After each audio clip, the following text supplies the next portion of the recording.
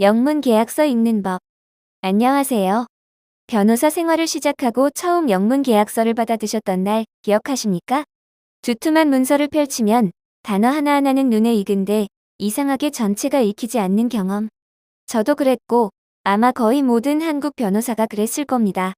그건 여러분의 영어 실력 탓이 아닙니다.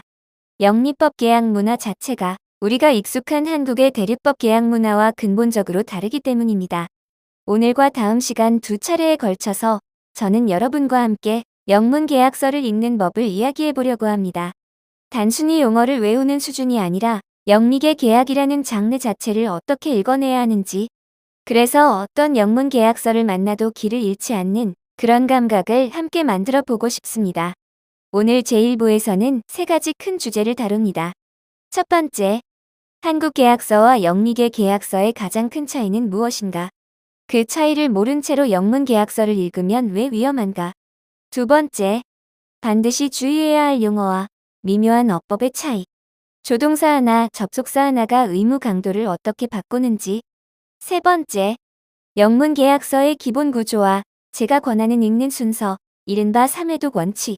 그리고 다음 시간 제2부에서는 실제 딜에서 가장 많이 쟁점화되는 조항들, 그에 대한 기본 입장, 그리고 한국 변호사가 특히 주의해야 할 실무 팁과 핵심 용어 정리까지 이어가겠습니다. 자, 그럼 시작하겠습니다. 제가 영문 계약서 교육을 할 때 항상 이 질문으로 시작합니다. 한국 계약서는 왜 짧고 영문 계약서는 왜 길까요? 답은 하나입니다. 계약에 쓰여 있지 않은 부분을 누가 채워주느냐가 다르기 때문입니다. 한국, 독일, 일본 같은 대륙법 국가에서는 민법과 상법이 계약의 기본 구조와 묵시적인 규칙을 대부분 제공합니다. 계약서는 법령이 정해둔 디폴트 값을 전제로 꼭 바꿔야 할 부분만 수정하고 추가합니다. 그래서 한국 계약서는 짧아도 제대로 작동합니다. 반면 미국과 영국의 영미법은 판례법 중심이고 성문법의 디폴트 규정이 제한적입니다. 당사자들은 전제부터 다릅니다. 계약서 안에 답이 없으면 법원도 쉽게 채워주지 않는다. 그래서 영문 계약은 모든 것을 계약서 안에 명시하려 하고 결과적으로 길고 반복적이 됩니다. 쓰지 않은 것은 포기한 것에 가깝다. 이 한 문장이 영미법 계약을 이해하는 열쇠입니다. 한국 변호사들이 가장 자주 하는 실수 하나가 있습니다. 이 정도는 굳이 안 써도 법이 당연히 보호해주겠지라고 생각하는 것. 영문 계약에서는 특히 영국법이 준거법일 때는 이 사고가 매우 위험합니다. 이 근본적인 차이는 해석 원칙의 차이로 이어집니다. 네 가지만 짚어보겠습니다. 첫째, 1차 해석 도구. 한국법은 민법 제105조와 제106조에 따라 당사자의 진위 그러니까 참뜻을 탐구합니다. 반면 영미법은 포 코어너즈 룰 또는 플레인 미닝 룰이라고 부르는 원칙을 따릅니다. 계약서 내 귀퉁이 안에 있는 문헌 그 자체가 1차 해석 도구입니다. 둘째, 외부 증거의 허용.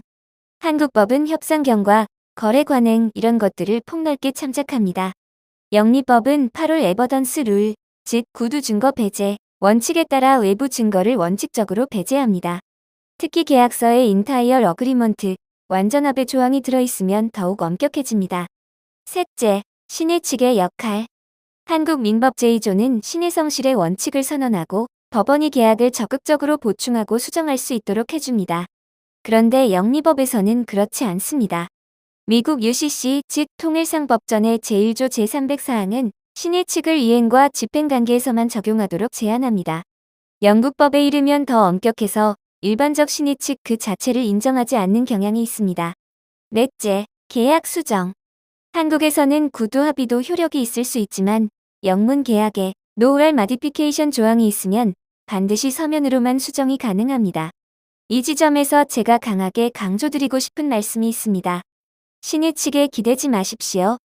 한국 변호사들이 영문 계약 협상에서 자주 하는 생각, 설마 이렇게 불공평하게 되겠어? 법원이 바로잡아 주겠지. 이 생각은 영문 계약에서는 통하지 않습니다. 중요한 사항은 반드시 조항으로 명문화되어야 합니다. 이런 원칙의 차이는 계약서의 모양과 분량 자체를 바꿔놓습니다. 네 가지만 기억해 두시면 충분합니다. 첫째, 정의 중심. 영문 계약은 대문자로 시작하는 정의어 디파인드 텀을 광범위하게 씁니다. 어그리먼트, 파티, 마테리얼 애드버스 이펙트. 이런 용어는 첫 등장 전에 반드시 정의 조항에서 정의됩니다. 정의 조항을 읽지 않고 본문만 읽으면 100% 오독합니다. 둘째, 열거주의. including, but not limited to, 포함하나 이에 한정되지 아니한다는 표현처럼 영문 개약은 예시적 열거를 선호합니다. 한국 개약에서 등이라는 한 글자로 뭉뚱그리는 것과 대비됩니다. 셋째, 반복과 중복. null and void, terms and conditions, indemnify, defend and hold harmless. 같은 뜻의 단어를 2번, 3번 겹쳐 쓰는 이중어, 삼중어가 자주 나옵니다. 이건 중세 영국에서 프랑스어와 영어를 함께 표기하던 관행에서 비롯된 것이고 지금은 그냥 하나의 관용구로 굳어 있습니다. 번역할 때 무효이며 실효이다처럼 풀어낼 필요 없이 하나의 개념으로 받아들이시면 됩니다. 넷째, 분량. 같은 거래라도 영문 계약은 한국 계약의 3배에서 5배 분량이 보통입니다. 이걸 너무 길다, 줄이자고 제안하는 경우는 실무에서 드뭅니다. 오히려 왜 이 조항이 빠졌느냐고 역제안받는 경우가 더 많습니다. 마지막으로 파트 1을 마치기 전에 위반이 생겼을 때의 구제수단, 영어로 레머디즈에 대해 간단히 짚고 가겠습니다. 4가지 포인트입니다. 하나, 영리법은 손해배상 데미지즈를 원칙으로 하고 특정 이행인 스피스픽 퍼포먼스는 예외적입니다. 한국법은 이행강제, 원상회복 등 다양한 구제수단이 병립합니다. 둘, 징벌적 손해배상 퓨너티브 데미지즈는 미국 불법행위법에서 인정되지만 계약법에서는 원칙적으로 인정되지 않습니다. 한국은 극히 제한적인 영역에서만 도입되어 있죠. 셋, 위약금과 리퀴데이티드 데미지즈의 차이. 한국은 손해배상액의 예정 또는 위약벌로 구분하고 법원이 민법 제398조에 따라 감액할 수 있습니다. 반면 영리법은 실제 손해의 합리적 예측 범위라면 리퀴데이티드 데미지즈로 유효하지만 징벌적 성격이 강하면 페널티로 보아 무효 처리합니다. 한국식 위약금 개념을 영문 계약에 그대로 이식하면 무효 리스크가 있습니다. 넷, 손해경감 의무, 미티게이션 오브 데미지즈. 영리법은 피해자가 스스로 손해를 줄일 의무를 강하게 요구합니다. 한국법보다 엄격한 편입니다. 자, 여기까지가 파트 1. 한국 계약서와 영미계 계약서의 근본적 차이였습니다. 정리하면 이렇습니다. 영문 계약은 그 자체로 완결된 하나의 법이다. 그렇게 생각하고 읽으셔야 합니다. 자, 이제 파트 2로 넘어가겠습니다. 영문 계약의 해석은 단어 하나, 조동사 하나에 달려있는 경우가 정말 많습니다. 여기서는 어쏘 여러분이 꼭 숙지해야 할 핵심 어법들을 살펴보겠습니다. 먼저 조동사입니다. 가장 기본이면서 가장 자주 실수가 나오는 영역입니다. 실. 계약상 의무를 표현하는 가장 전통적인 단어입니다. 파티어 실 페이, 파티 A 실 페이. 파티 A가 지급해야 한다는 뜻이죠.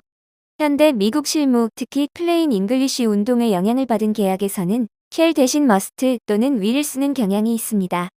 will. 영국 실무에서 shall 대신 자주 쓰입니다. 다만 문맥에 따라 의무로도 단순 미래로도 해석될 여지가 있어서 분쟁의 원인이 되기도 합니다.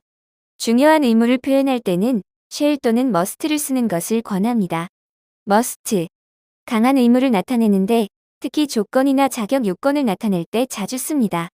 The product must meet the following specifications. 제품은 다음 사양을 충족해야 한다.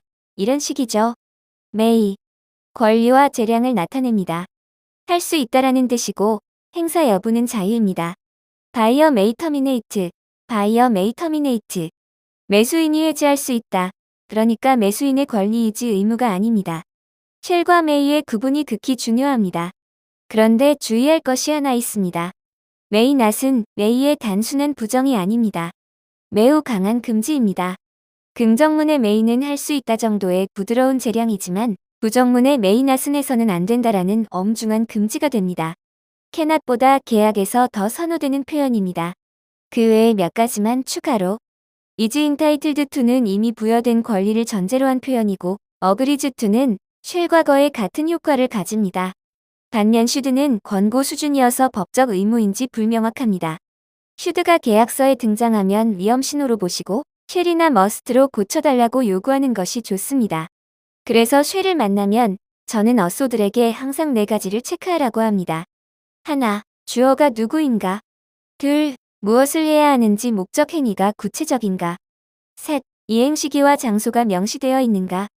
넷. 위반 시 구제수단이 연결되어 있는가? 이 네 가지입니다. 다음은 실무에서 정말 많은 분쟁을 만들어내는 영역, 노력 기준입니다. 영문 계약은 무엇을 달성할 의무와 노력할 의무를 엄격히 구분합니다. 단어 하나로 의무 강도가 완전히 달라집니다. 가장 강한 것부터 약한 것 순으로 4단계를 말씀드리겠습니다. 첫 번째, 베스트 에퍼츠. 가장 강한 노력 의무입니다. 합리적 범위 안에서 할 수 있는 모든 조치를 다 해야 합니다. 미국 판례 중에는 자신의 경제적 이익을 일정 부분 희생해서라도 이행해야 한다고 본 사례까지 있을 정도입니다. 두 번째, 커머셜리 리저너블 에퍼츠. 실무에서 가장 자주 사용되는 기준입니다. 같은 상황에 있는 합리적인 상인이 자신의 이익을 고려하여 기울일 노력을 의미합니다. 의뢰인 입장에서는 베스트 에퍼츠보다 선호됩니다. 경제적 이익 희생까지는 요구받지 않기 때문이죠. 세 번째, 리저너블 에퍼츠. 상대적으로 약한 노력 의무입니다. 경제적으로 합리적인 수준의 노력이면 됩니다. 네 번째, 굿 페이스 에퍼츠. 가장 약한 기준입니다. 주관적 성실성만 있으면 됩니다. 그럼 어떤 기준을 고르느냐? 간단합니다. 의뢰인이 노력 의무를 부담하는 쪽이라면 커머셜리 리저너블 에퍼츠 또는 리저너블 에퍼츠를 제안하세요. 반대로 의뢰인이 상대방에게 노력 의무를 부과하는 쪽이라면 베스트 에퍼츠를 먼저 주장하고 협상 결과 커머셜리 리저너블 에퍼츠로 타결되는 게 일반적입니다. 그리고 영국법과 미국법, 특히 미국 안에서도 델라웨어와 뉴욕에서 각 용어의 해석이 조금씩 다를 수 있습니다. 그래서 가장 안전한 것은 정해 조항에서 이 용어들을 구체적으로 정의해두는 것입니다.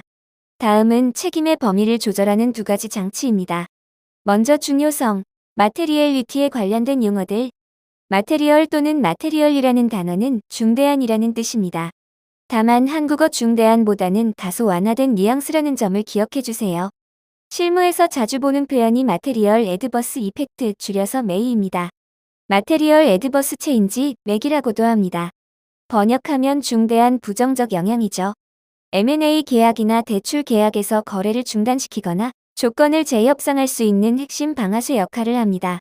미국 델라웨어 법원은 특히 에콜은 v. 프레시니어스 판례 이후로 메이 발동 요건을 극히 엄격하게 해석합니다. 장기적이고 지속적인 영향이어야 하고 일시적인 악재만으로는 부족하다는 입장입니다. 그리고 인홀 마테리얼 리스펙츠, 모든 중요한 면에서라는 표현. 진술 및 보장, 줄여서 R&W의 정확성 기준을 완화해주는 장치입니다. 이 문구가 빠지면 사소한 부정확도 위반으로 잡힐 수 있습니다. 다음은 지식 요건 날리지 퀄리파이어입니다. To the knowledge of party라는 표현은 해당 당사자가 아는 한이라는 뜻으로 진술 및 보장을 약화시키는 장치입니다. 그런데 아는 한이 어느 수준의 알을 말하는지가 쟁점이 됩니다. 실제 인식 액추얼 날리지가 기준이면 정말로 알았던 경우에만 책임집니다. 반면 알았어야 했다, 컨스트럭티브 날리지가 기준이면 알지 못했어도 조사했으면 알았을 사항까지 포함됩니다. 이 차이로 R&W 책임 범위가 크게 달라집니다.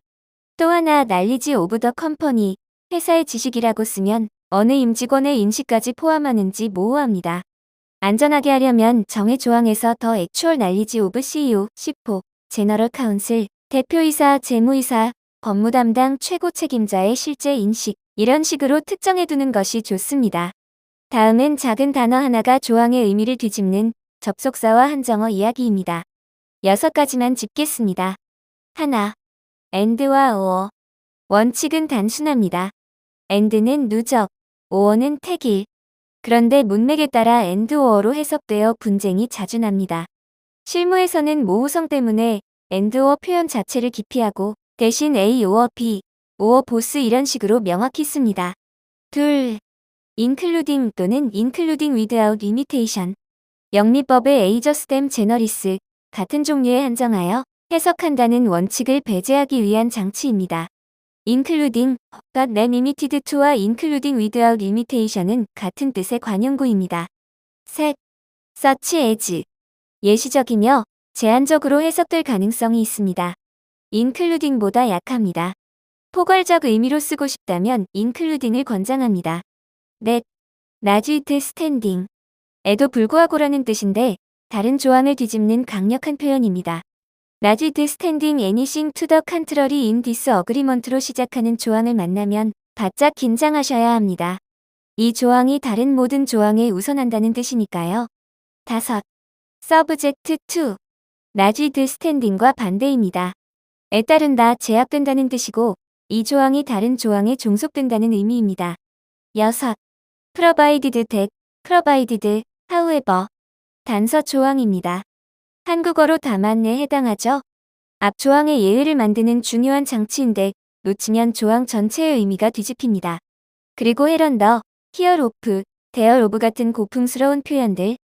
herunder는 이 계약에 따라, here of는 이 계약에, there of는 직전에 언급된 그것에 이런 뜻입니다. 모호해서 분쟁 여지가 있으니 가능하면 under this agreement, of this agreement처럼 풀어 쓰는 것이 안전합니다. 마지막으로 숫자와 기한 관련해서 3가지만 짚겠습니다. 첫째, 비즈니스 데이즈와 캘린더 데이즈.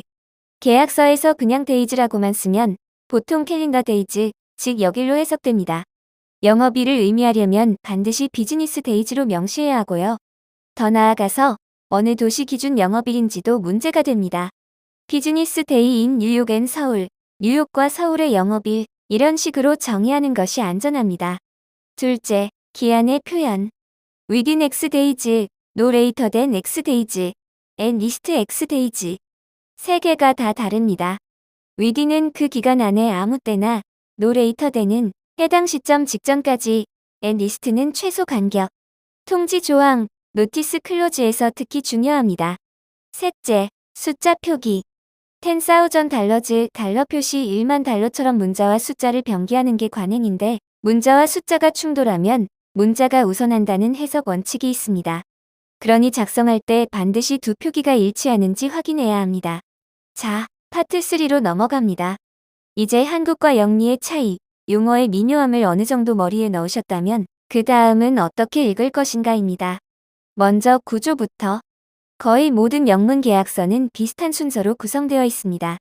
이 지도를 머릿속에 넣고 읽으시면 아무리 두꺼운 문서도 길을 잃지 않습니다. 14단계를 빠르게 짚겠습니다. 첫 번째, 타이틀 앤 데이트. 계약의 제목과 일자.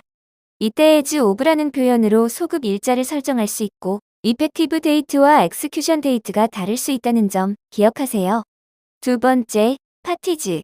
당사자 표시. 정확한 법인명, 설립준거법, 주소. 여기 오류가 나면 계약 전체 효력에 영향을 미칩니다. 세 번째, 리사이탈즈 또는 웨어레즈 조항. 계약의 배경 설명입니다. 원칙적으로 법적 구속력은 없지만 당사자 의도를 해석하는 중요한 단서가 되고 영리법의 약인 컨시더레이션의 근거로도 활용됩니다. 네 번째, 데피니션즈. 정의 조항. 대문자로 시작하는 용어들이 다 여기서 정의됩니다. 본문 읽기 전에 반드시 먼저 꼼꼼히 읽어야 합니다. 다섯 번째, 아퍼러티브 프로비전즈. 본문 핵심 권리 의무 조항. 계약 유형에 따라 달라집니다. 매매라면 가격과 인도, 라이선스라면 허락 범위와 로열티, 이런 식이죠. 여섯 번째, 레프리젠테이션즈 앤 와런티즈. 진술 및 보장. 거래 전제가 되는 사실들이 진실하다는 것을 서로 확인해주는 조항입니다. 위반되면 손해배상이나 해제의 근거가 됩니다. 일곱 번째, 커버넌츠. 약정. 계약 기간 동안의 자기 또는 부작위 의무입니다. 서명과 종결 사이 기간의 행위 제한, 종결 후의 제한 등이 여기 들어갑니다. 여덟 번째, 컨디션즈 프레시던트. 선행 조건. 이행이나 종결의 전제 조건이죠.